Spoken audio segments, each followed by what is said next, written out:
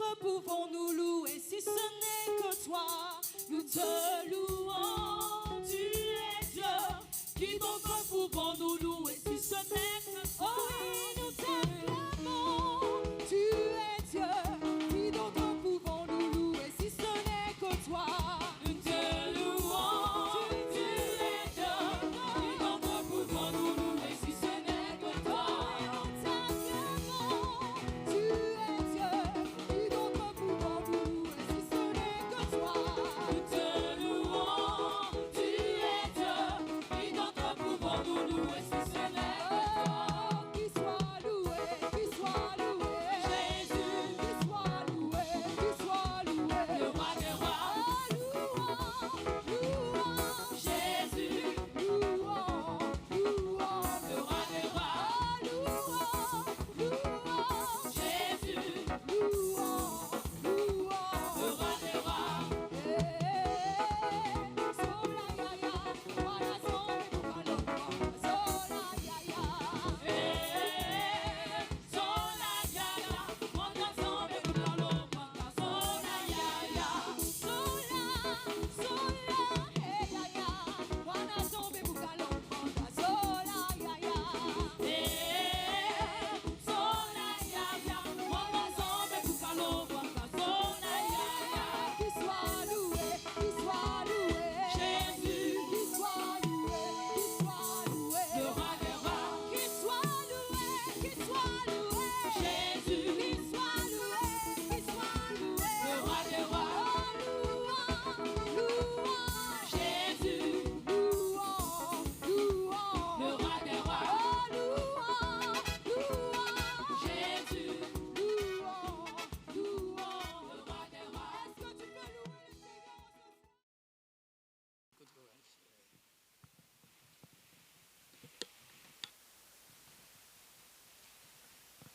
Gloire au Seigneur. Nous vous disons bonsoir dans le nom de notre Seigneur et Sauveur Jésus. Nous croyons que Dieu a gardé les uns et les autres dans vos différentes activités et vous a permis d'être là ce soir. Que Dieu vous bénisse.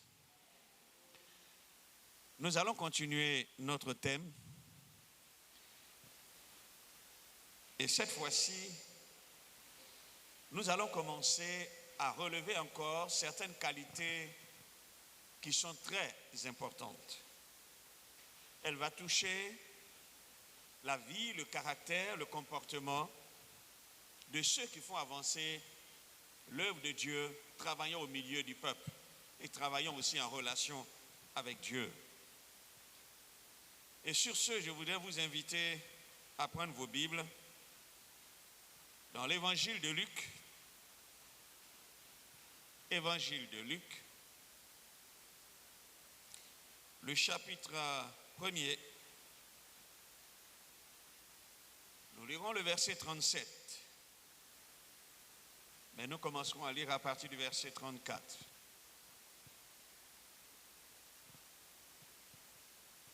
Évangile de Luc, chapitre 1er.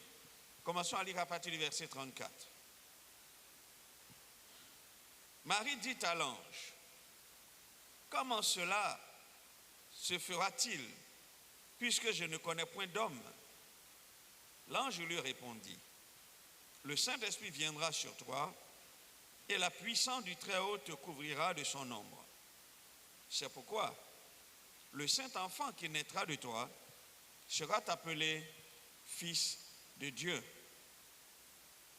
Voici Élisabeth, ta parente, a conçu, elle aussi, un fils en sa vieillesse. Et celle qui est appelée stérile est dans son 6e mois. Car rien n'est impossible à Dieu. Marie dit: je suis la servante du Seigneur, qu'il me soit fait selon ta parole. Et l'ange la quitta. Amen. Seigneur, merci pour ta parole. En ce soir, nous sommes rassemblés. Nous croyons que tu as ici des hommes et des femmes que tu t'es choisis, préparés à cause de la qualité de ton œuvre. Tu as commencé à les sélectionner dans le secret.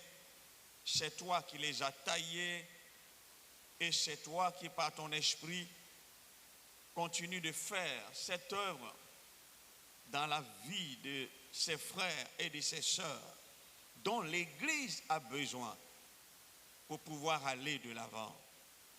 Seigneur, permets donc que ta parole puisse trouver une place dans les cœurs pour que ces personnes non seulement se l'approprient, mais connaissent cette œuvre de transformation afin que l'Église en bénéficie pour son avancement. Sois glorifié et sois exalté au nom de Jésus. Amen. Nous venons de faire ici une lecture dans l'évangile de Luc. Luc, évangéliste, qui a pris soin d'écrire afin de retracer certains événements. Alors, cet homme-là va faire mention de certaines choses qui sont très spécifiques. Son but, c'était de démontrer que Jésus est le Fils de Dieu. Le Fils de Dieu qui a pris un corps humain en venant dans le monde. Il est venu pour servir comme un homme, rempli de l'Esprit de Dieu, mais pour réaliser un projet de Dieu. C'est pourquoi vous voyez la manière dont il va commencer à présenter le Seigneur. Et il introduit en disant qu'il a entrepris lui-même de faire des recherches d'après la transmission de témoins oculaires. Il est passé sur des endroits afin de recenser les différents événements. C'est pourquoi son évangile, plusieurs disent qu'il a comme un caractère historique, parce qu'il retrace des événements qui peuvent être prouvés et qui peuvent être vérifiés. Et c'est donc là qu'il va relater quelque chose de très important. En principe, comment les choses ont commencé. Comment cette femme du nom de Marie, qui était fiancée à Joseph, va tomber enceinte. Comment un ange va venir lui annoncer ce qui doit arriver et les événements vont se produire comme tels. En effet, quand vous lisez l'évangile de Luc, vous verrez qu'il y avait comme un noyau de personnes qui attendaient ce qu'on appelle l'espérance d'Israël. Pour eux, s'ils sont devenus un peuple, ils attendaient le Messie qui devait venir et qui va introduire beaucoup d'autres événements. C'était des gens qui avaient donc la foi. Ils avaient une espérance sans faille que le Messie allait venir.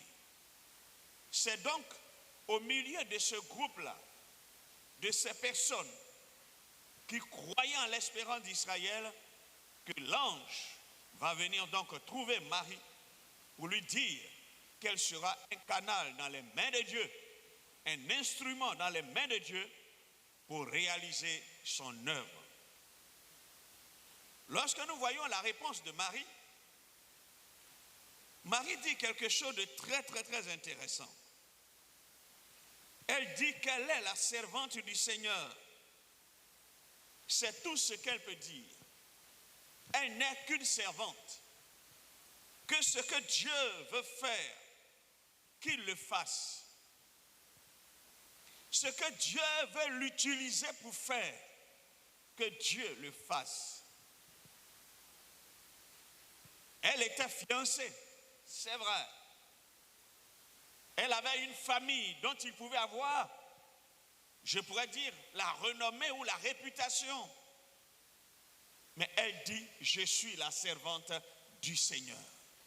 Je me mets à la disposition de Dieu et que les choses, comme Dieu l'a prévu, que les choses suivent leur cours. Voici donc une femme humble, une femme remplie d'humilité, au point où elle se dit qu'elle n'est qu'une servante pour accomplir un dessein de Dieu. La première qualité que nous relevons pour ce soir, c'est l'humilité. Frères et sœurs, ceux qui font avancer l'œuvre de Dieu, ils sont prêts à faire d'énormes sacrifices, à descendre de leur piédestal, à descendre de leur position sociale, à descendre de leur honneur, à descendre de leur dignité, à rentrer dans une phase de renoncement pour devenir des hommes et des femmes humbles, disposés dans les mains de Dieu pour exécuter son dessein, son projet. Il faut dire que le mot humilité, à l'époque des Romains et des Grecs, il n'y avait pas de mot spécifique pour expliquer humilité. Vous savez pourquoi? Parce que les Grecs et les Romains étaient des gens vantards, fiers, orgueilleux, des guerriers qui vont à la guerre, ils remportent des victoires, ils célèbrent les grands hommes, les grandes victoires. Ce sont les célébrités. Alors pour eux, comment quelqu'un va refuser la célébrité pour devenir humble? Non. Pour eux, c'est une qualité de faiblesse. C'est une qualité de lâche. Alors, ils n'avaient pas de mots pour expliquer cela. Et à l'époque, quand ils parlaient, ils disaient que l'attitude des chrétiens. C'est comme ça qu'ils expliquaient le mot humilité, l'attitude des chrétiens.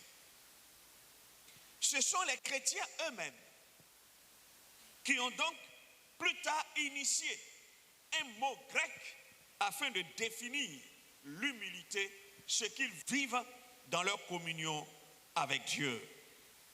Ainsi donc, ce mot qui a été créé par les chrétiens de l'époque va signifier le fait de penser, le fait de juger sans soi-même s'élever au-dessus du jugement ou s'élever au-dessus de tes pensées.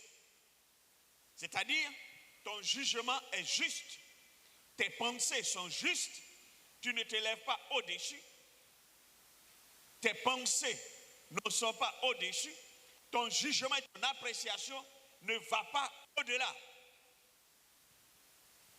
C'est dans ce sens-là que dans Romains chapitre 12, verset 3, l'apôtre Paul dit ceci: par la grâce qui m'a été donnée, je dis à chacun qui est en paix avec vous de n'avoir pas de lui une trop haute opinion de lui-même, mais de vêtir des sentiments modestes selon la mesure de foi que Dieu a départie à chacun. Ce qui veut dire, s'il doit avoir une pensée de lui-même, s'il doit se juger lui-même, il ne doit pas avoir une haute opinion. Il doit pouvoir rester humble dans l'abaissement. Le mot humilité, que nous prononçons en français humilité, vient du grec humus, qui signifie terre. Or, nous savons tous que tous les végétaux tirent leurs ressources de la terre. L'homme aussi, il est terrestre, il retourne à la poussière et l'homme vit sur la terre. En fait, à travers le mot humilité, une personne humble, c'est quelqu'un qui a justement ses pieds sur la terre, non pas quelqu'un qui a les pieds dans le ciel, mais quelqu'un qui a les pieds sur la terre. Quelqu'un qui voit de façon réaliste, les choses sont réelles, il ne rêve pas, les choses réelles. Il a une conscience qui est claire de la réalité. C'est quelqu'un qui vit au milieu de ses frères, sur la terre, et il s'arrange à ce que cette vie soit vivable. Une personne humble donc reconnaît ses limites. Elle reconnaît aussi ses capacités. Elle fait preuve de modestie, de respect, de simplicité et de vérité. Quelqu'un de humble c'est quelqu'un de simple. C'est quelqu'un de véridique. C'est quelqu'un de respectueux. Il respecte l'autre.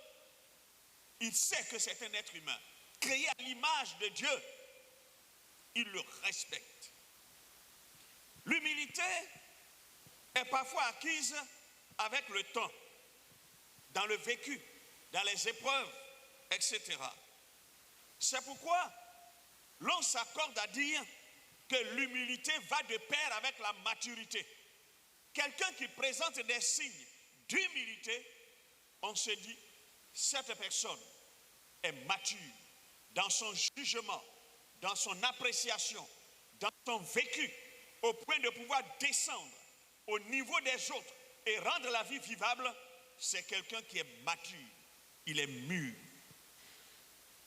L'humilité, frères et sœurs, cette personne humble accepte la réalité, sa propre réalité, la réalité des autres, quel que soit le contexte qu'il doit vivre. Il ne vit pas dans l'illusion. Il affronte la situation et cherche à trouver une solution pour la situation dans laquelle il vit.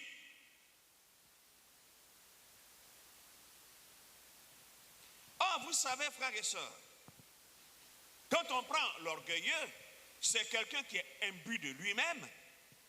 L'égoïste, il ne parle que de lui. C'est lui qui doit être vu. Il est le centre de sa vie. L'égoïste ne reconnaît pas ses limites. Pour lui, avant lui, c'est lui. Après lui, c'est lui. Pour lui-même, il n'a même pas d'erreur. Il va trouver toujours des justificatifs à ses erreurs. Il trouvera aussi des justificatifs à sa faiblesse. En réalité, il fait tout ça pour paraître, mais à l'intérieur, il n'est rien. La personne humble est une personne grande à l'intérieur de lui. C'est une personne qui vit sa pleine conscience de sa personnalité. Il ne se trompe pas lui-même. Il sait qui il est. Il a une pleine conscience de sa personnalité. Il ne se trompe pas pour usurper la personnalité de quelqu'un d'autre. Non, il reconnaît qui il est, connaissant ses limites, ses faiblesses, ses points forts, et qu'est-ce qu'il doit faire pour améliorer ou aider les autres et vivre avec les autres. Une personne humble reconnaît ses qualités, elle en est fière de ses qualités, elle ne se glorifie pas de ses qualités, elle a un regard objectif sur ses limites. Il sait qu'il est fragile et qu'il a besoin de Dieu pour avancer. Il reconnaît ses erreurs et sait demander pardon. L'orgueilleux refuse de demander pardon. C'est lui qui doit avoir raison. Or, l'homme humble, il cherche à sauver même les relations. Il est prêt à descendre, à se sacrifier pour qu'une situation puisse s'arranger et que l'œuvre de Dieu puisse aller de l'avant. Il est prêt à demander pardon. C'est pourquoi demander pardon, c'est l'arme des hommes humbles. C'est l'arme des hommes humbles. Ils n'ont jamais voulu la destruction de leur foyer. Problème à gauche, à droite, discute. Mais dans son humilité, il est prêt. Parce qu'il faut sauver son foyer. Il faut sauver la communion fraternelle. Oh, tandis que l'autre cherche à avoir raison. On discute, on va renverser tout ça. Mais lui, pour la cohésion, pour l'objectif à atteindre, il est prêt à se sacrifier pour que l'harmonie et la compréhension viennent. L'humilité est une vertu chrétienne. Quand vous prenez Galates chapitre 2, le verset 20, l'apôtre Paul dit, j'ai été crucifié avec Christ. Et si je vis, ce n'est plus moi qui vis, mais c'est Christ qui vit en moi. Or, le Christ qui vit en moi, la Bible dit, il a pris une forme humaine, il est devenu un serviteur.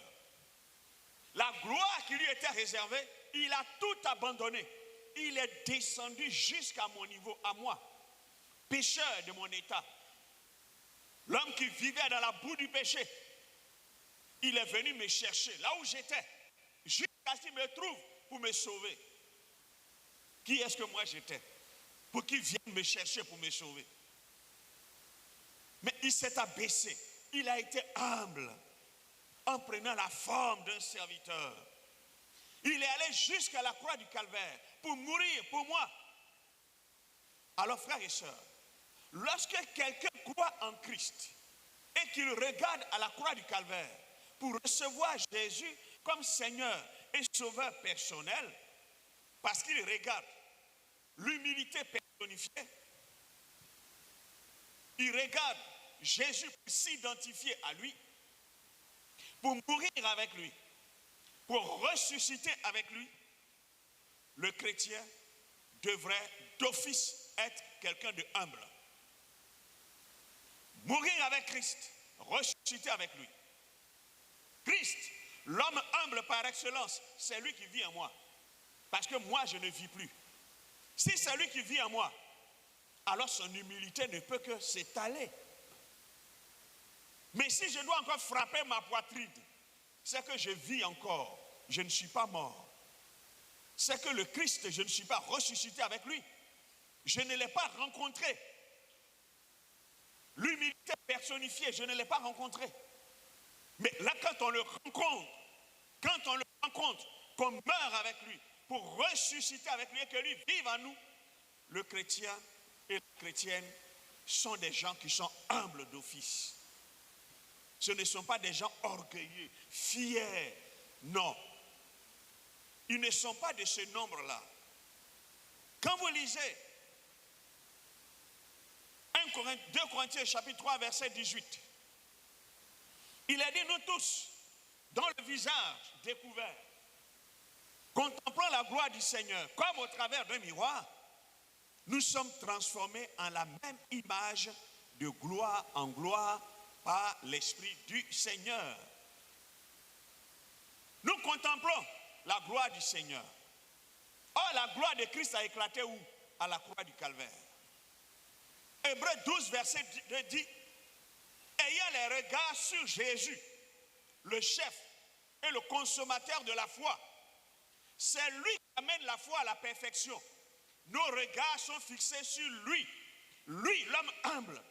Mais frères et sœurs, quand vous regardez quelque chose, ce que vous regardez là, finit alors par s'imprimer en vous.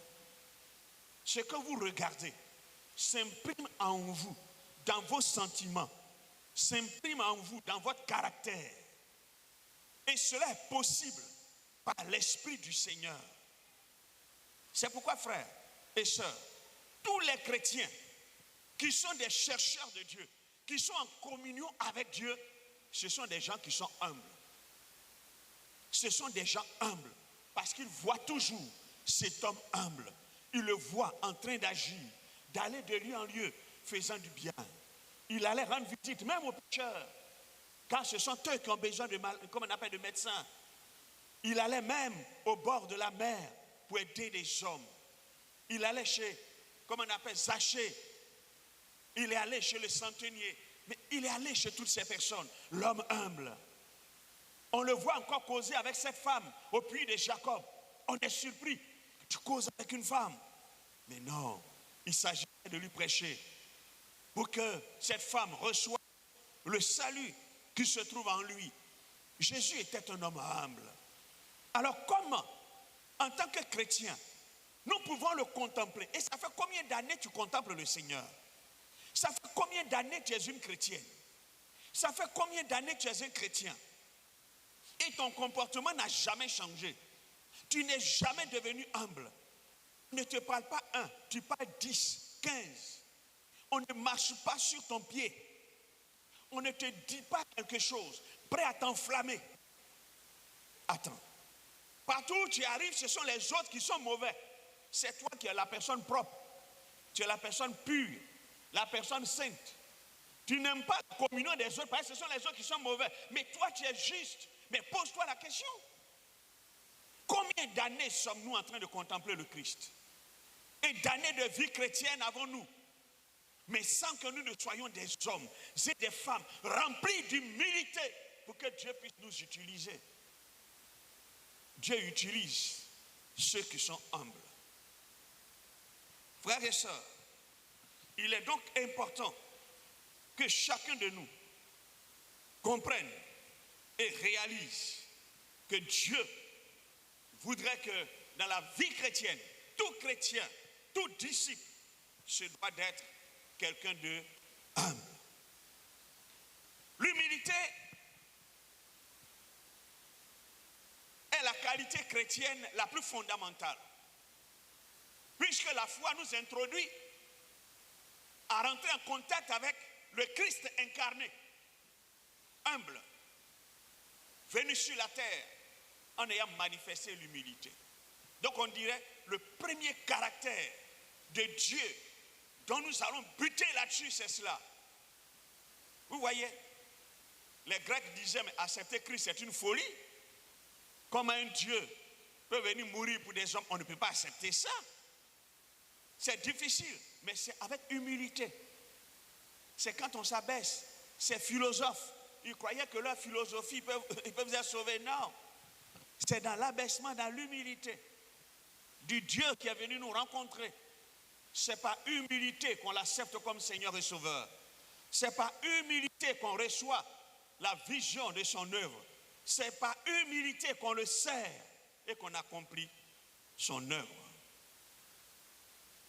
C'est donc l'humilité qui caractérise tous ceux qui se réclament de Christ. Ne faisons pas Christ menteur, parce que lui, il est un homme humble, nous devons aussi l'être. Quand vous lisez Matthieu chapitre 18, le verset 4, la grandeur du royaume de Dieu, dans le royaume de Dieu, c'est l'humilité. La grandeur. Le plus grand dans le royaume de Dieu, c'est quelqu'un qui est humble. Ce qui veut dire, si vous n'avez pas encore commencé à être humble, dans le royaume de Dieu dont nous sommes ici, là, vous n'avez pas encore atteint la grandeur. Vous n'avez pas atteint la grandeur. Parce que le royaume de Dieu, il est présent. Il est ici. On entre dans le royaume de Dieu spirituel ici. Lorsque nous croyons et dont nous sommes nés de nouveau, ayant les preuves de la nouveauté de vie, nous sommes membres de ce royaume. Et notre nouveauté de vie nous en donne les preuves. Mais est-ce que tu es quelqu'un de humble? C'est la plus grande valeur dans le royaume de Dieu. Lui-même, quand il vient, il dit il est venu pour servir. Humilité. Il dit à Pierre, il faut que je te lave les pieds. Humilité. Es-tu encore là, dans le royaume de Dieu, pas avec ta grandeur, ta position sociale? Si c'est ça, tu es le dernier alors. C'est que tu n'as rien compris du royaume de Dieu. Car c'est l'humilité qui ouvre la porte du royaume de Dieu. C'est l'humilité qui est la clé des bénédictions. C'est l'humilité qui est la clé qui ouvre la porte des promesses. Celui qui s'abaisse dans le royaume de Dieu, Dieu l'élève. L'humilité est la marque de grandeur des citoyens du royaume. Il y a donc ici des gens, si vous êtes humble, alors vous faites partie des grands du royaume de Dieu. Si vous êtes humble et que vous avez le caractère de Christ, vous faites partie, même si les hommes de ce monde ne vous voient pas grand, mais le royaume de Dieu vous considère comme grand. Et ce que Dieu a commencé à investir en vous, ce n'est pas ce monde-là. Le monde ne peut pas comprendre cette grandeur. On va vous humilier, oh toi tu es comme ça, on te dira. Mais ce que Dieu a planifié pour ceux qui sont humbles, il suit parfois des processus. Garde ta grandeur dans le royaume de Dieu. Ne te laisse pas intimider par ceux de ce monde qui découragent. Mais dans le processus de la gestion du royaume, Dieu t'élèvera au temps convenable. Dieu te positionne au temps convenable. À l'école de l'humilité, pour servir. Comme nous avons vu dans notre texte, Marie, elle a accepté de demeurer dans l'humilité pour être un canal dans les mains de Dieu. Si vous lisez Philippiens chapitre 4, verset 12, l'apôtre Paul dit ceci: en tout et partout, j'ai appris à vivre dans l'humilité. J'ai appris à vivre. Il a appris à vivre dans l'abondance, à vivre dans l'humilité. Il a appris à avoir faim. Il dit il a appris, comme s'il était à une école. Paul dit il a appris. L'humilité s'apprend. L'humilité s'apprend au sein de la souffrance. L'humilité s'apprend au sein de l'insuccès. L'humilité s'apprend au sein de l'échec. Il y a des gens qui ont échoué, alors on ne peut plus les maintenir. Ouf! Ils vont faire plein de tapages. Dieu lui-même, il est comme ça. Qui est ceci? Il a fallu un petit échec pour dévoiler qu'ils n'ont jamais été humbles. Il a fallu qu'il y ait une petite souffrance, comme si ce sont les seuls qui souffrent sur la face de la terre. Or, pourtant, Dieu a un processus. Tu es à l'école. Il veut achever ta formation de l'humilité pour qu'il amorce l'élévation. C'est ce que Dieu a fait avec Joseph. Joseph vivait en famille. Il avait un habit coloré qui était l'habit des enfants gâtés de leur père. Et c'est comme ça qu'il vivait. Mais un tel homme, il ne pouvait pas être élevé où Dieu a décidé de le placer. Ce n'est pas possible. Alors Dieu devait briser un tel homme, le façonner, le préparer pour qu'il puisse jouer ce rôle-là. Il est vendu par ses propres frères. Un choc. D'abord, ils vont le frapper, mettre dans un puits, le vendre chez Potiphar. Tout ça, il va traverser des moments. Mais c'était un apprentissage. Et vous voyez, il suivait un processus jusqu'à ce qu'il soit en prison. Et de la prison pour accéder à là où il devait partir. Il avait son caractère qui devait être formé. Il avait des sentiments qui devaient être formés. Vous pensez que si le processus ne s'est pas arrivé à son terme et que Joseph voyait ses frères qui étaient venus payer la nourriture en Égypte, mais il allait les faire tuer. Le Joseph qu'on avait jeté dans le puits là au début, là, si c'était lui là, non. Peut-être que le plan de Dieu ne se serait pas réalisé. Mais pendant tout le processus, jusqu'il aille chez Potiphar, il travaille, jusqu'à ce qu'il aille en prison, où il sera là-bas. Dieu était en train de le façonner. Il était à l'école. Chaque événement va vers un point culminant. C'est pourquoi je vais dire à quelqu'un, ne vis pas les situations sans réflexion. Une situation, quand tu la traverses, réfléchis bien. Parce que parfois, les étapes, c'est-à-dire ce que tu vis, ce sont des étapes qui sont comme une échelle qui te mènent vers un point culminant. Mais parfois, on ne fait pas attention. On se plaint. Pourquoi ça là, c'est comme ça? Tu vas recommencer. Ah oui, on se plaint. Je ne devrais pas faire ça. Tu reprends. Combien de gens vous avez repris en étant à l'école de Dieu que de tirer des leçons pour voir où Dieu vous mène, pour savoir à quelle échelle vous êtes. Et même parfois, au moment où la femme va arriver à l'accouchement, c'est là que les douleurs deviennent intenses. Et il y en a qui disent, avant la même ça allait un peu, mais maintenant je souffre trop. Ah oui, oh putain, l'accouchement est prêt d'arriver. Le processus est prêt d'arriver à son terme. Et c'est là qu'on est en train de se plaindre beaucoup. Frères et sœurs, allons à l'école de l'humilité. Pour nous soumettre à Dieu. L'apôtre Paul dit, en toutes choses. Et il dit partout, il n'y a pas un lieu qui existe. Il dit, j'ai appris. Est-ce que toi, tu es capable d'apprendre à avoir faim? Il y a des gens qui ne peuvent pas apprendre à avoir faim. Quand ils ont faim, là, ils arrivent de l'école, ils arrivent à un endroit, à la maison, il n'y a pas de nourriture, on ne les reconnaît plus. Frères et sœurs,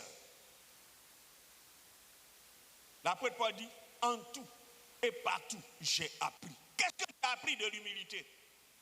Qu'est-ce que tu as appris dans ton caractère?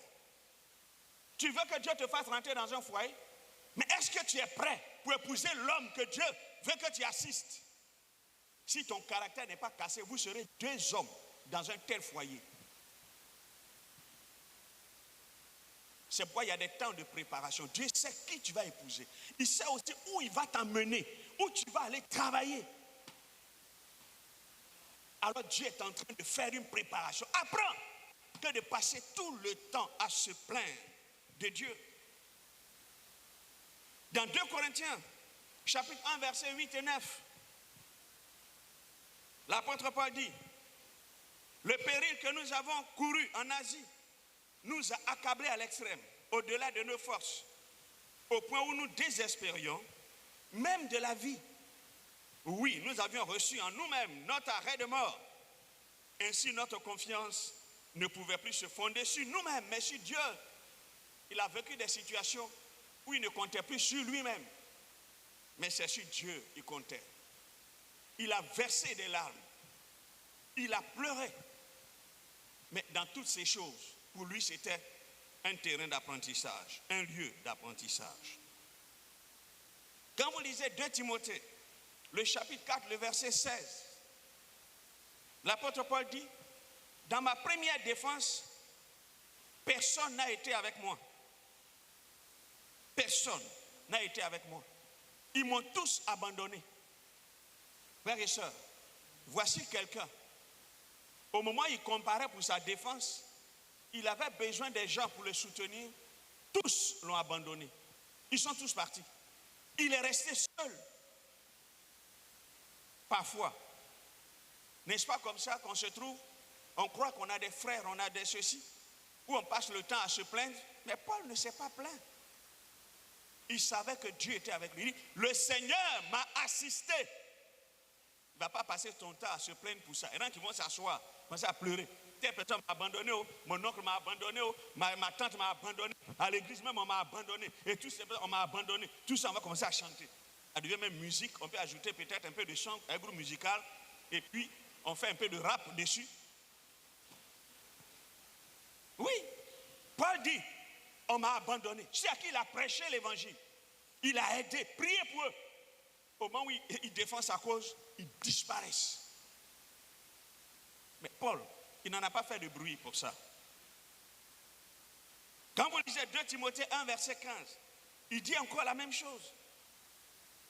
Il dit, je sais que tous ceux qui sont en Asie, il dit, tu sais, du moins que tous ceux qui sont en Asie m'ont abandonné.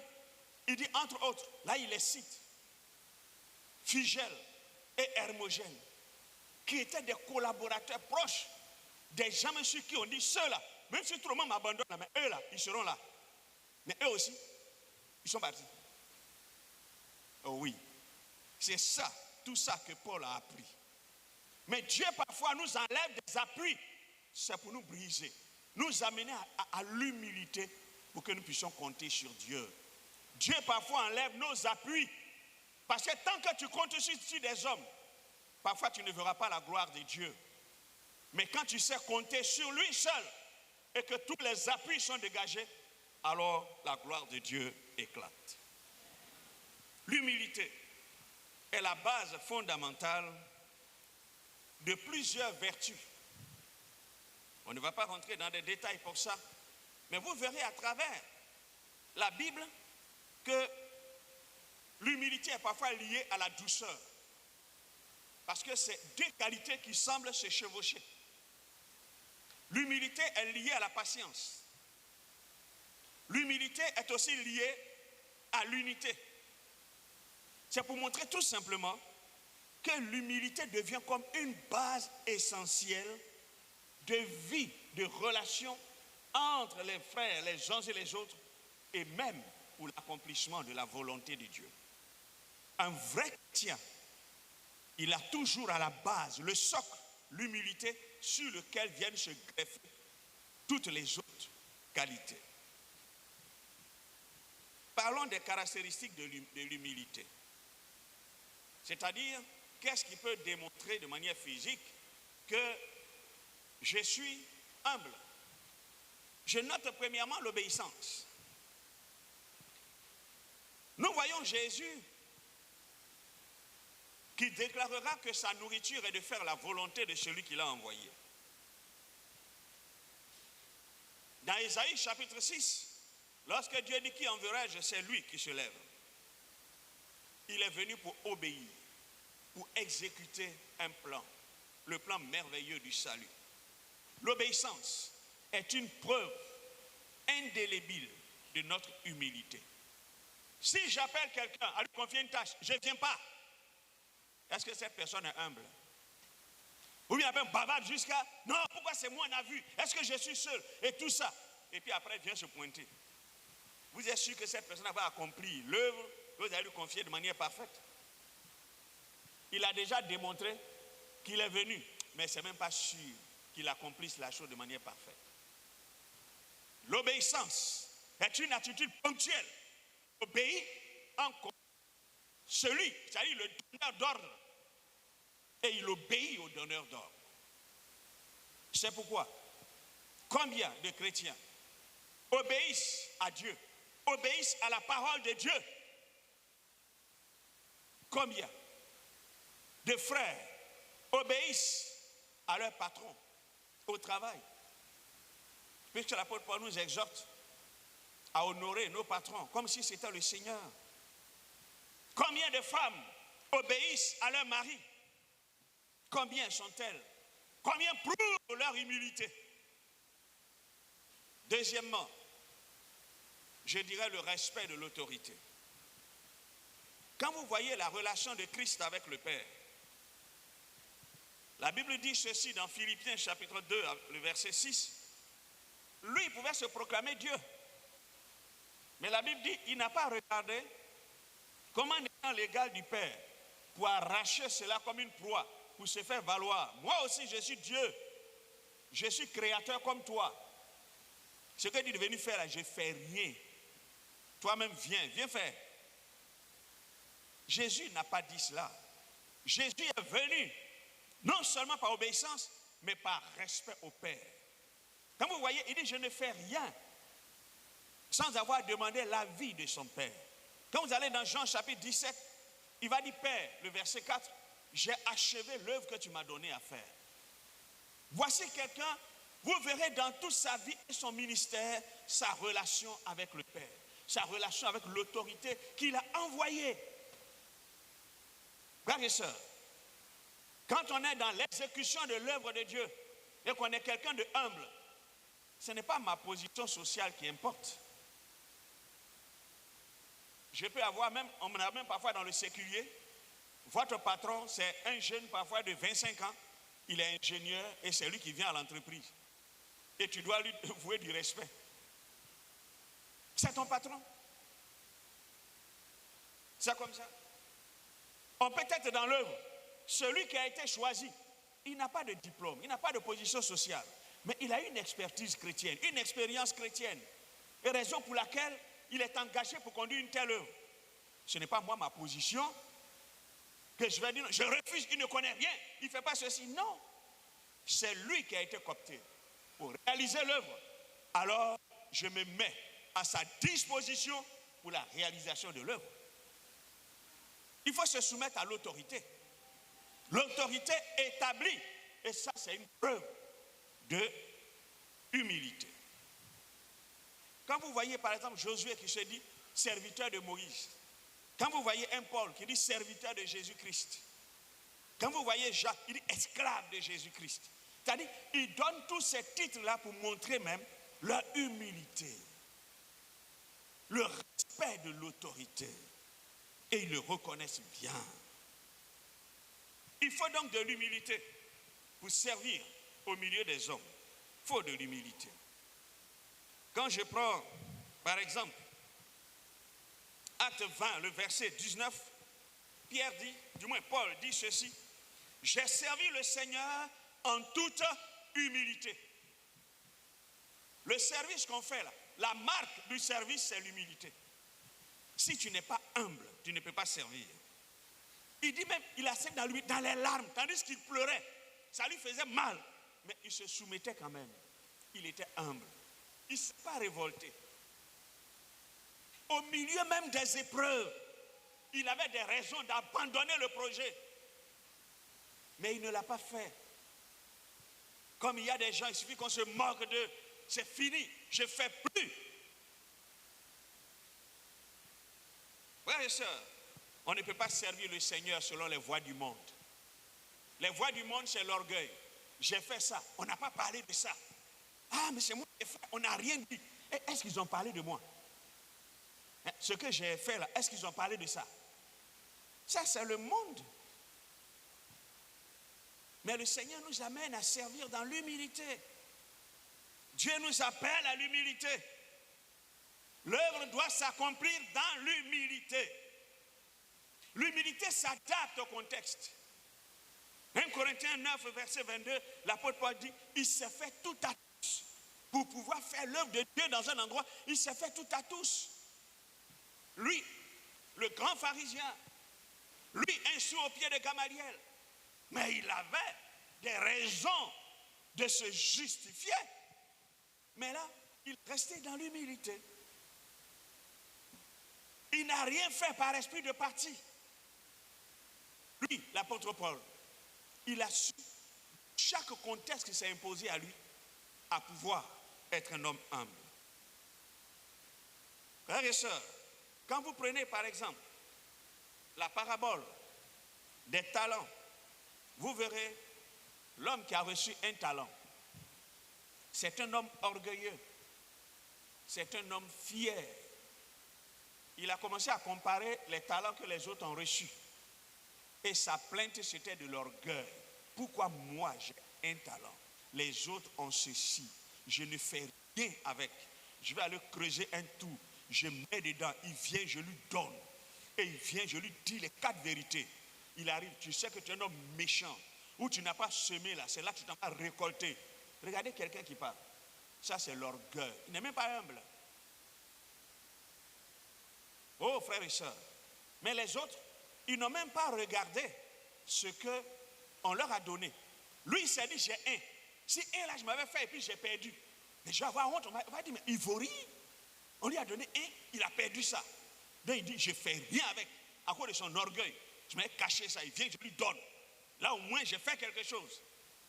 Pourquoi? L'orgueil ne sert pas à l'œuvre de Dieu. C'est l'humilité. Et les autres ont été humbles. Et ils ont servi le Seigneur. Ne laissez pas ce que vous avez fait comme réalisation vous enfler pour que vous soyez orgueilleux.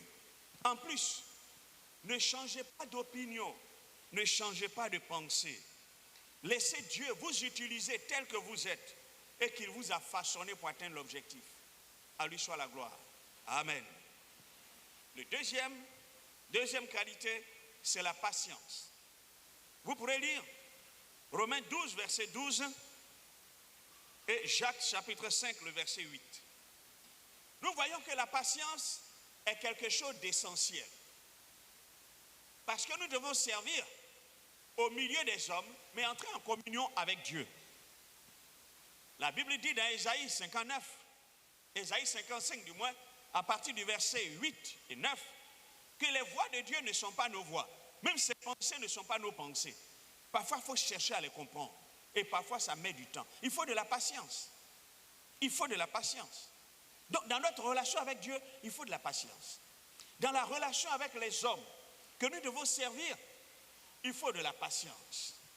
Alors, la patience s'avère être aussi un élément essentiel pour quiconque veut servir Dieu. C'est pourquoi, frères et sœurs, lorsque nous définissons la patience, par exemple, la patience, on relève d'abord le premier mot, pâtir. Pâtir qui signifie souffrir. Souffrir. Donc l'impatient est celui qui refuse de souffrir. Il refuse de souffrir pour autrui. Il refuse de souffrir pour son frère. Il refuse de souffrir pour les défauts de quelqu'un d'autre. Il refuse de souffrir pour les erreurs de quelqu'un d'autre. L'impatient, il oublie que lui-même il a des défauts. Il est prêt à condamner toujours les autres. Lui-même, il a besoin d'une bonne dose de patience. On doit le supporter, mais lui ne peut pas supporter les autres. L'impatience jaillit dans des occasions, dans des moments, des situations.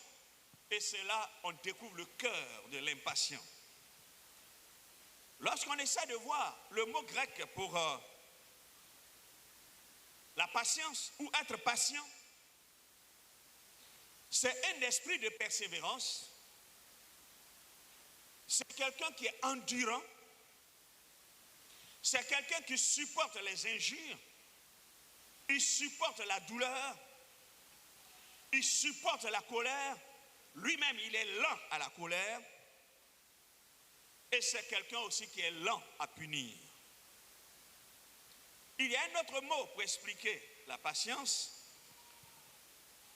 En fait, la patience, lorsque quelqu'un l'a, elle va produire quoi? L'espérance. Lorsque quelqu'un est patient, alors il peut attendre. Il peut attendre. Le patient attend. Il attend son tour. Le patient, il attend le temps de Dieu. Le patient, c'est quelqu'un alors qui pénètre la pensée de Dieu pour attendre son temps. Lorsqu'on essaie de faire la synthèse de tout ça, la patience, c'est savoir attendre. Et surtout, avec une idée d'attente active, persévérer. Il s'agit d'endurer, de supporter l'épreuve, mais de garder son calme, de garder la confiance. Il s'agit d'être lent à la colère, pas quelqu'un qui s'emporte à tout bout de chemin, quelqu'un qui est prêt à pardonner, quelqu'un qui n'est pas prêt à exploser, un fils de tonnerre. Quand on va voir tonnerre, on ne sait même pas, et puis on entend brrr, on ne savait pas que le frère il était comme ça, hein? La seule on ne savait pas. Il explose dans des moments où on ne s'attend même pas à lui. La patience, c'est savoir retenir sa colère, gérer sa colère et digérer sa colère. La patience, c'est la capacité à ne pas se laisser emporter par la colère, mais de garder son calme et la tranquillité et laisser Dieu agir. C'est pourquoi la patience est recommandée à tous ceux qui font avancer l'œuvre de Dieu. La patience est nécessaire pour entrer dans un programme de Dieu ou pour réaliser la vision de Dieu. Comme j'expliquais tout à l'heure, vous prenez le cas de Joseph. Quand Dieu vous montre une vision, ce n'est pas comme dans un livre, là, la Bible, tout est écrit et puis toutes les pages sont là. Et puis on feuillette pour savoir, voici ce qui va se passer. Et puis après il y a ça, comme si c'est un film. Non. Quand Dieu nous révèle sa vision, il nous montre les choses par séquence. Soit c'est une page qui s'ouvre, tandis que tu l'as vu, mais tu ne connais même pas l'autre page. Tu ne sais pas ce qu'il va faire. Tu as besoin d'être patient. Si tu es pressé, tu vas écrire toi-même ton histoire. Ce n'est pas l'histoire de Dieu. Tu vas mettre une autre couleur. Ce n'est pas la couleur que Dieu veut. Tu es obligé d'attendre. Quand Dieu montre le rêve, parfois il ne te dit pas d'abord le pourquoi. Le comment ça va se passer. Et la finalité, parfois c'est ce qu'il montre. Mais toute la procédure, il ne nous montre rien. C'est là on dit, Seigneur, comment ça va se passer? Ça fait 25 ans, ça fait 3 ans, tu m'as promis, il n'y a rien. C'est ça, on se plaint. Mais il faut de la patience pour attendre que le plan de Dieu nous soit révélé pour aller progressivement. Quand vous prenez les disciples qui étaient à la pêche, le Seigneur a dit, je ferai de vous des pêcheurs d'hommes. Ils étaient en train d'apprendre. Pierre aurait pu dire, le temps est venu, on va les servir. Le Seigneur dit, attendez d'abord. Restez à Jérusalem. C'est lorsque vous allez recevoir le Saint-Esprit descendre sur vous que vous serez mes témoins. Donc attendez. Ne vous pressez pas. Attendez l'heure de Dieu. Attendez le temps de Dieu. L'œuvre de Dieu là, ce n'est pas pour ceux qui sont pressés. C'est lui qui tient le plan. C'est lui qui est l'architecte. Toi, tu es pressé pour aller où? Il y a des gens, Dieu ne les a pas envoyés.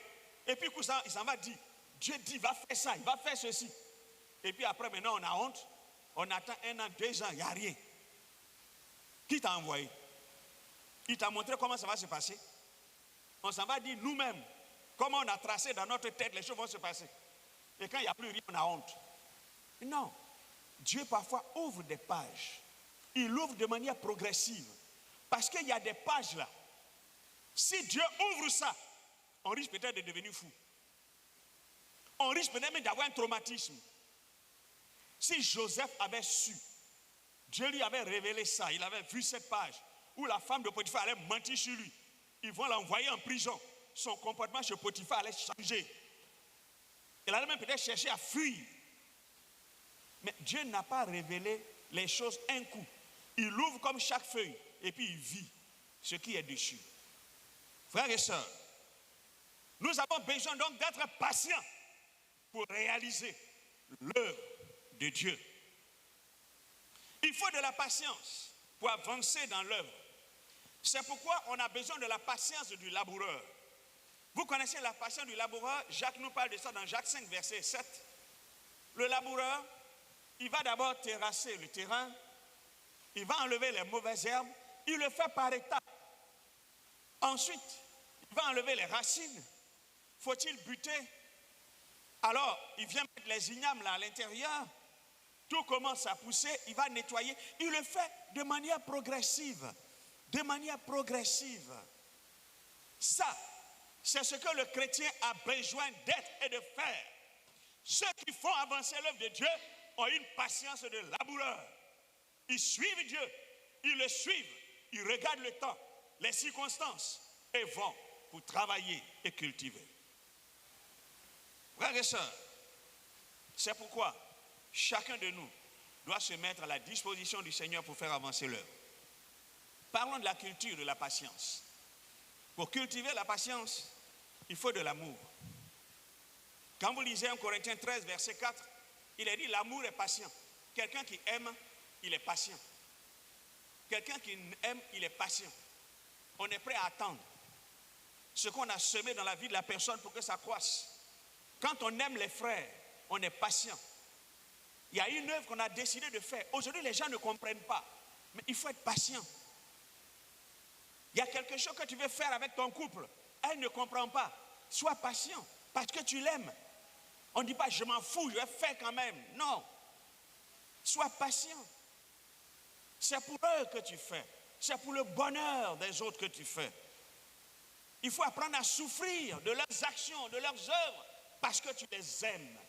L'amour est patient. Est-ce que tu aimes vraiment ta femme? Est-ce que tu aimes vraiment ton mari?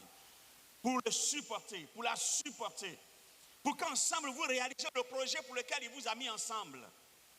Est-ce que vous vous aimez pour vous supporter?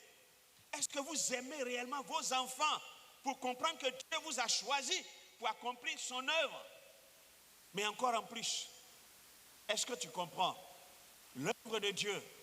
Tu as besoin d'être patient par la responsabilité que tu as pour faire avancer l'œuvre. Vous connaissez l'histoire de Jacob et d'Ésaü. Lorsque Jacob rentrait à Canaan, Ésaü est venu le rencontrer. Et après discussion, il dit allons-y ensemble. On est devant. Jacob lui a dit, toi tu es un homme de guerre, tu as des chevaux. Moi j'ai avec moi des femmes, des enfants. On ne peut pas aller au même rythme. Il faut avancer. Nous on va aller tout doucement. Il faut savoir avec qui tu as, avec qui tu vis, avec quelle femme tu vis, quelles sont ses qualités, quels sont ses défauts, pour savoir aller à un rythme pour glorifier Dieu. Connais tes enfants, connais leur niveau d'études, leur capacité, incapacité, pour que tu puisses les aider. Connais le groupe dans lequel tu es, où on t'a nommé responsable, il faut les connaître, savoir même parfois leur niveau spirituel, connaître leur degré de foi pour savoir comment je peux les manager pour qu'on puisse réaliser l'objectif ensemble. C'est cela. Si tu ne connais pas les trucs, allons-y, mettez-vous en route, on s'en va. Tu ne peux pas y arriver. Parce qu'il faut venir à leur niveau.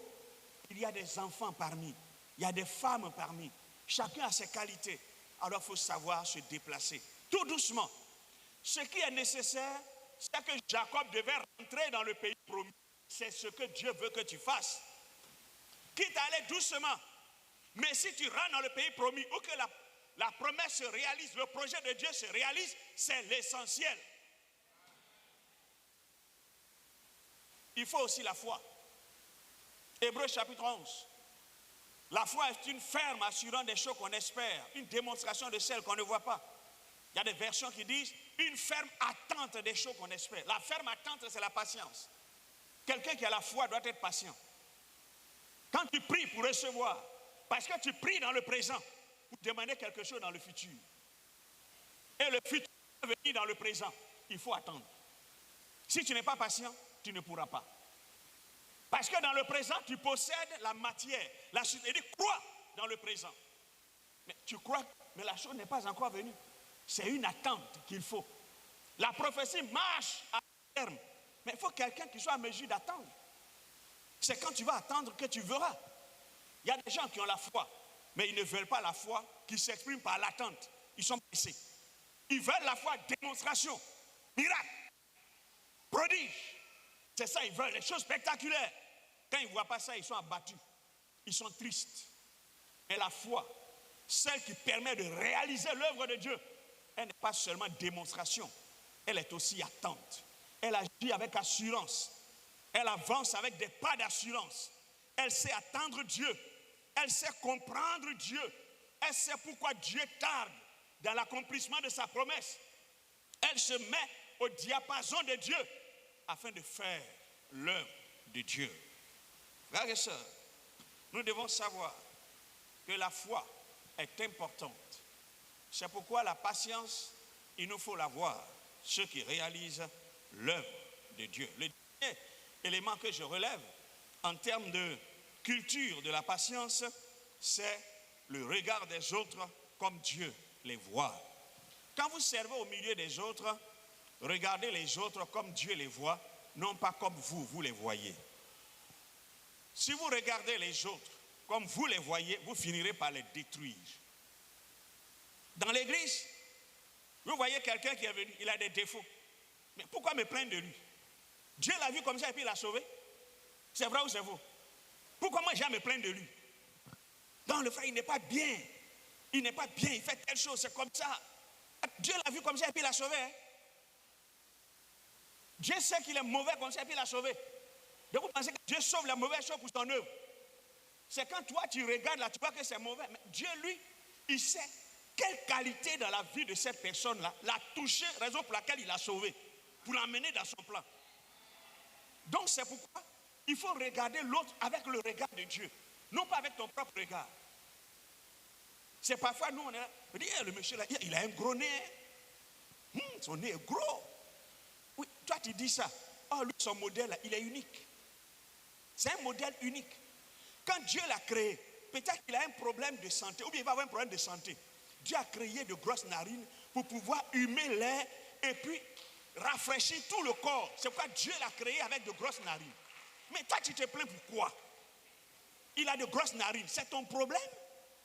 C'est son créateur qui l'a créé avec ça? Donc, regardons les autres avec le regard de Dieu.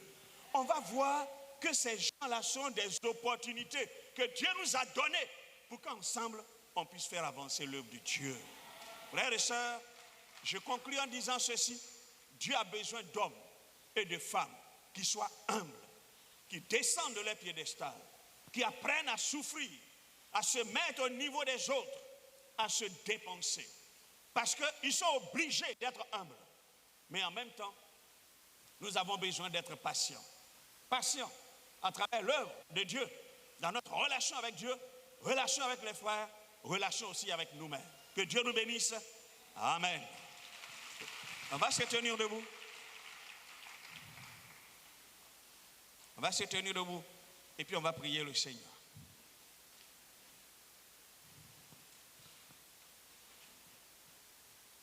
Nous avons voulu relever ce soir deux qualités indispensables et essentielles. Alors je voudrais que chacun puisse prier. Quand tu te regardes, est-ce que tu es un homme humble? Alors si tu ne l'es pas, alors viens devant Dieu. Parce que Dieu veut utiliser des gens qui sont humbles. Dieu veut t'élever. Il veut suivre un processus pour réaliser quelque chose. Mais ne laisse pas ton agressivité rater l'objectif. Arrête tes plaintes et tes murmures. Laisse-toi dans les mains de Dieu. Ensemble, prions le Seigneur pour que Dieu nous rende humbles. Parce que c'est la valeur la plus grande dans le royaume de Dieu. Prions le Seigneur. Nous voulons te bénir et te louer. Nous voulons te glorifier parce que tu es le Dieu vivant et vrai. Tu es le Seigneur et en toi nous avons cru. Nous avons mis en toi notre espoir et nous croyons que nous ne serons pas déçus. Nous croyons que c'est toi qui conduiras chaque chose. Tu nous mèneras parce que tu voudrais que nous soyons des gens qui soient humbles. Des gens qui soient humbles comme toi, de la même nature que toi. Alors viens et conduis-nous et donne gloire à ton nom. Gloire à toi Seigneur, gloire à toi Jésus-Christ. Reçois toute la gloire Seigneur, reçois toute la gloire Seigneur. Sois célébré, sois magnifié, sois élevé, le Prince de paix. Reçois toute la gloire, le Prince de paix. Merci, merci, merci, merci pour ce que tu as investi en chacun de nous ce soir. Merci pour ce que tu as investi en chacun de nous ce soir. À toi ce soir toute la gloire. À toi ce soir toute la gloire. À toi ce soir toute la gloire. À toi ce soir toute la gloire. Jésus-Christ, merci. Jésus-Christ, merci. Tu nous aimes tant. Tu nous aimes tant. Tu nous aimes tant. Tu nous aimes tant. Et tu prends le temps de parler à nos cœurs. Tu prends le temps de parler à nos cœurs. À toi ce soir toute la gloire. À toi ce soir toute la gloire. À toi ce soir toute la gloire. Au nom puissant et merveilleux de notre Seigneur et Sauveur Jésus-Christ. Oh bien mes frères et sœurs, nous allons prier le Seigneur dans cette même position. L'homme de Dieu a dit, si nous voulons voir la gloire de Dieu, alors nous devons être des hommes et des femmes humbles.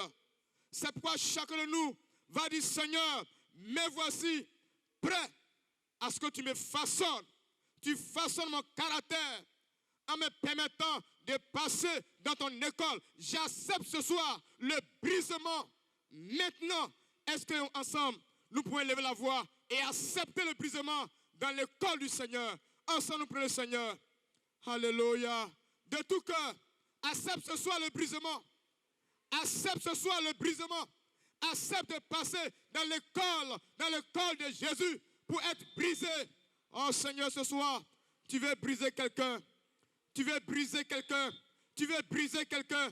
Tu veux briser quelqu'un. Tu devais utiliser, oui, Joseph.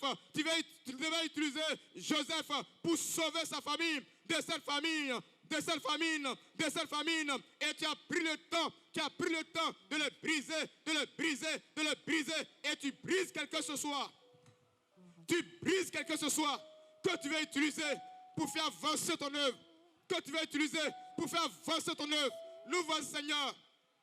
Nous voici, Seigneur. Nous voici, Seigneur, pour accepter ce brisement. Pour accepter ce brisement. Pour accepter ce brisement. Mon frère, ma soeur, fais passer dans ton école de formation. Dans ton école de formation. Dans ton école de formation. Seigneur, regarde ces cœurs. Jésus-Christ, regarde ces cœurs. Jésus-Christ, regarde ces vies qui sont prêtes à être façonnées par toi. À être façonnées par toi. Nous voulons voir ta gloire, Seigneur. Jésus-Christ, nous voulons voir ta gloire.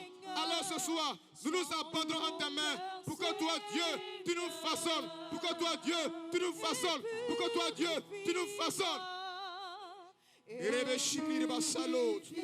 Oh, le brisement, ça fait mal. Ça fait mal, mais il faut que tu passes par ce brisement. Il faut que tu passes par ce brisement. Si tu veux voir la gloire de Dieu, il faut accepter ce brisement. Il faut accepter ce brisement. Ça fera mal, mais tu dois passer par là. Tu dois passer par là. Tu dois passer par là. C'est le chemin qui t'amènera à sceller des choses dans le monde spirituel. C'est ce chemin qu'il te faut pour être béni. Ah, brise-nous ce soir. Brise-nous ce soir. Brise-nous ce soir. Brise-nous ce soir. Nous sommes prêts pour que tu nous façonnes. Nous sommes prêts pour le brisement. Nous sommes prêts pour le brisement. Nous sommes prêts pour le brisement. Nous sommes prêts pour le brisement. Nous sommes prêts pour le brisement. Nous sommes prêts pour le brisement. Là où l'orgueil a pris dessus, notre Maître Dieu, nous voici, nous voici, nous voici, nous voici, nous voici, nous voici, nous voici. Brise-nous. Brise-nous ce soir. Transforme nos cœurs ce soir. Transforme nos cœurs ce soir. Nous voulons voir ta gloire. Nous voulons voir ta gloire, Jésus. Nous voulons voir ta gloire. Alors voici nos cœurs, nos vies devant toi pour accepter ce brisement, pour pouvoir voir ta gloire, pour pouvoir voir ta gloire, pour pouvoir voir ta gloire, pour pouvoir voir ta gloire. Jésus vient nous briser. Rayaba Sakabawe, Rayaba Sakabawe, Rayaba Sakabawe, Rayaba Sakabawe, Rayaba Sakabawe, Rayaba Sakabawe, Rayaba Sakabawe, tu brises. Quel que ce soit, tu le transformes à ton image. Tu nous transformes à ton image. Tu ton image, à ton image, à ton image. La Bible déclare que tu es humilié jusqu'alors. Tu as quitté le ciel de gloire. Tu as quitté ton trône de gloire pour venir jusqu'à nous, pour faire de nous ce que nous sommes aujourd'hui. Seigneur, brise-nous ce soir. Oh, Yamashikirioba. Oh, le brisement, le brisement, le brisement, le brisement, le brisement, le brisement, le brisement, le brisement, le brisement.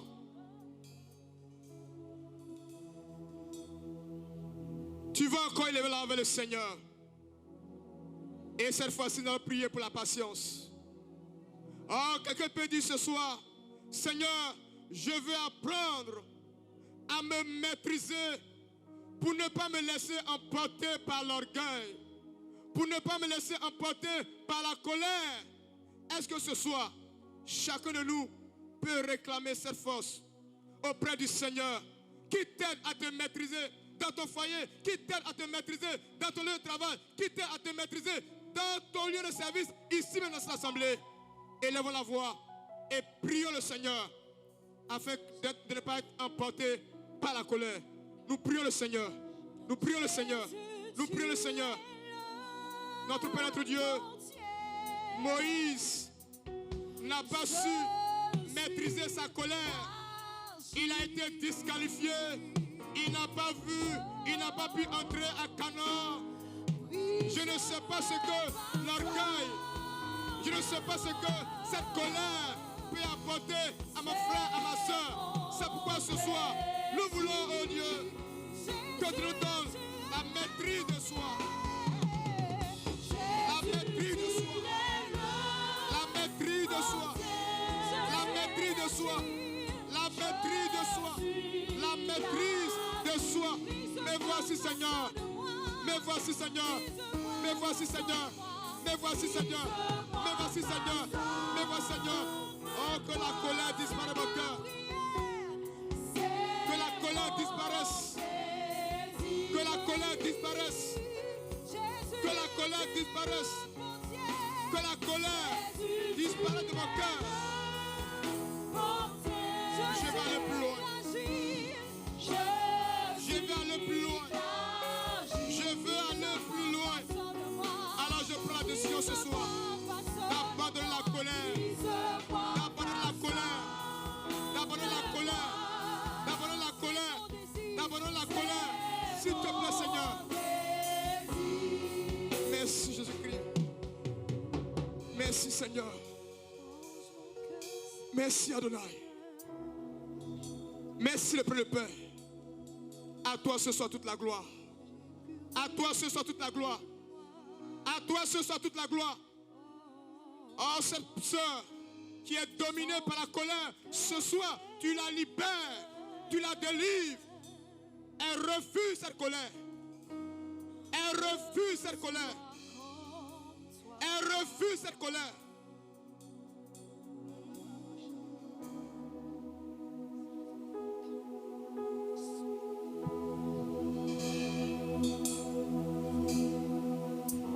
Nous allons prier encore le Seigneur. Frères et sœurs, nous voulons tous voir la gloire de Dieu. Nous voulons tous voir l'œuvre de Dieu aller de l'avant. C'est pourquoi, bien-aimé, tu vas prier pour toi-même. Pour dire, Seigneur, que l'amour véritable, l'amour qui vient de Dieu, puisse te caractériser partout où tu mets les pieds. Que tu sois caractérisé par la vie de foi. Il faudrait que par ta foi, tu puisses décanter des choses difficiles, des choses dures au devant de toi. Est-ce que nous pouvons prier le Seigneur que l'amour de Dieu nous anime et que la foi véritable nous aide à capter les choses dans l'invisible? Ensemble, nous prions le Seigneur. Nous prions le Seigneur. Oh Jésus, tu viens nous communiquer cet amour que tu as eu et tu es descendu jusqu'à nous pour nous sauver, pour nous sauver, pour nous sauver, pour nous sauver. Nous réclamons ce soir auprès de toi l'amour, l'amour, l'amour, l'amour, l'amour, l'amour qui vient de toi, Seigneur. S'il te plaît, s'il te plaît, s'il te plaît, s'il te plaît, s'il te plaît, s'il te plaît, s'il te plaît, s'il te plaît, s'il te plaît, s'il te plaît, s'il te plaît. Nous partons et nous sommes dans les temps qui sont les derniers. La foi des uns des autres, en de prendre un coup. La foi de mon frère, ma soeur, et en de prendre un coup. Mais ce soir, tu réactives la foi des uns et des autres. La foi des uns et des autres. Cette foi qui permet aux uns et aux autres de se relever et de continuer la marche. De se relever et de continuer la marche jusqu'au bout, jusqu'au bout, jusqu'au bout, jusqu'au bout. Pour le peuple d'Israël, la destination était d'arriver à Canaan. Notre but, c'est d'être un jour avec toi dans le royaume des cieux. Être près de toi. Être près de toi. Alors tu nous aides ce soir à capter ce schéma. À capter ce schéma. Et que la foi véritable renaisse dans nos cœurs. Renaisse dans nos vies. Par la puissance du Saint-Esprit. Par la puissance du Saint-Esprit. Par la puissance du Saint-Esprit. Par la puissance du Saint-Esprit.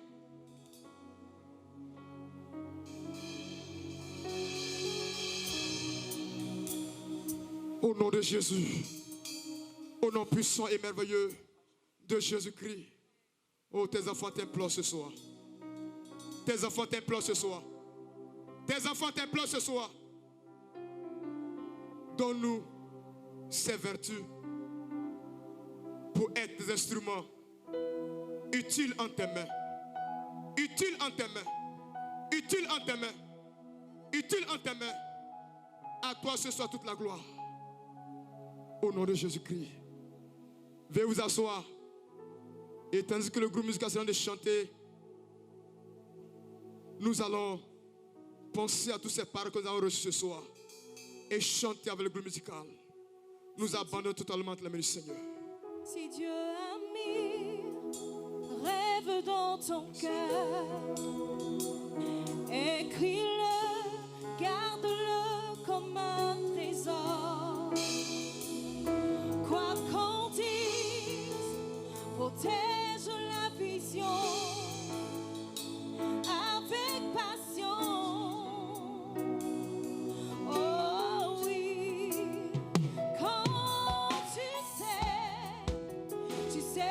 Tout ton aide, que ce rêve ne vienne pas de toi,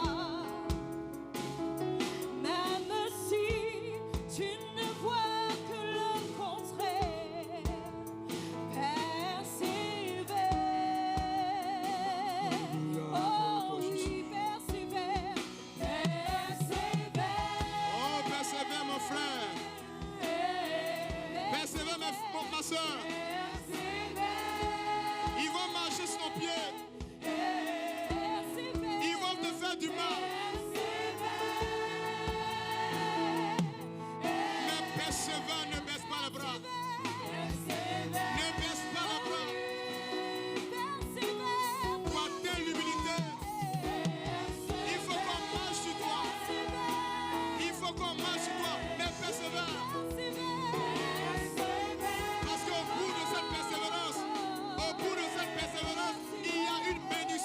Au bout de cette persévérance, il y a une bénédiction qui t'attend. Il y a une bénédiction qui est rattachée à ce que tu vis, à ce que tu traverses. Persévère mon frère.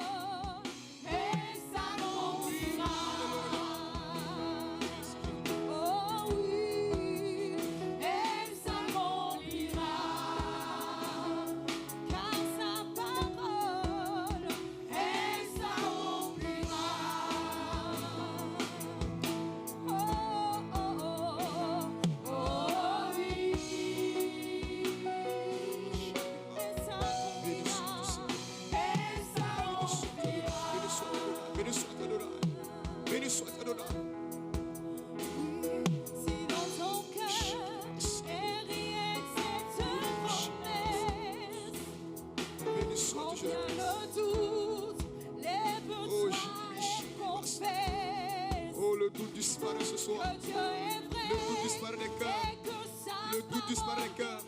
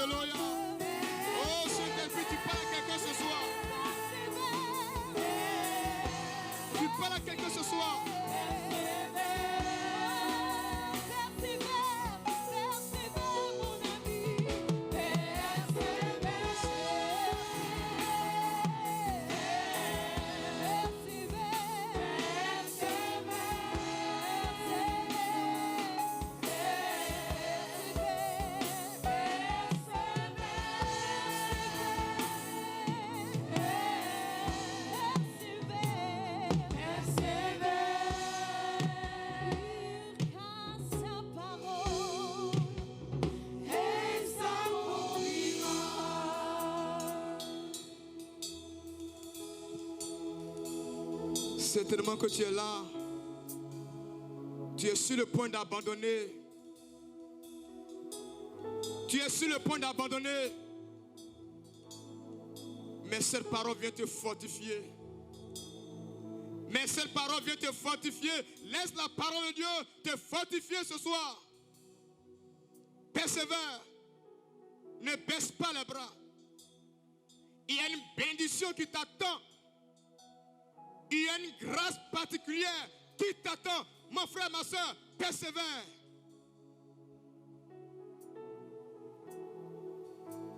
L'humilité fait mal. Tu as tellement patienté, mais le Seigneur t'interpelle encore ce soir. Il sait pourquoi il te fait passer par là. Persévère. Si ce que tu as demandé au Seigneur, ce n'est pas encore arrivé, persévère, patiente. Car au bout de cette patience, le Seigneur te réserve ce qui est plus précieux. Ce qui est plus précieux pour toi. Et c'est pourquoi il te fait attendre. Notre Père, notre Dieu, merci pour ta parole. Merci pour ton peuple. Merci pour chacun de nous. Donne-nous d'être caractérisés par la vie d'humilité. Donne-nous d'être caractérisés par la patience. À toi ce soir toute la gloire pour cette œuvre merveilleuse dans le cœur des uns et des autres. Amen. Je te suivrai. Je te suivrai. Je te suivrai, Jésus.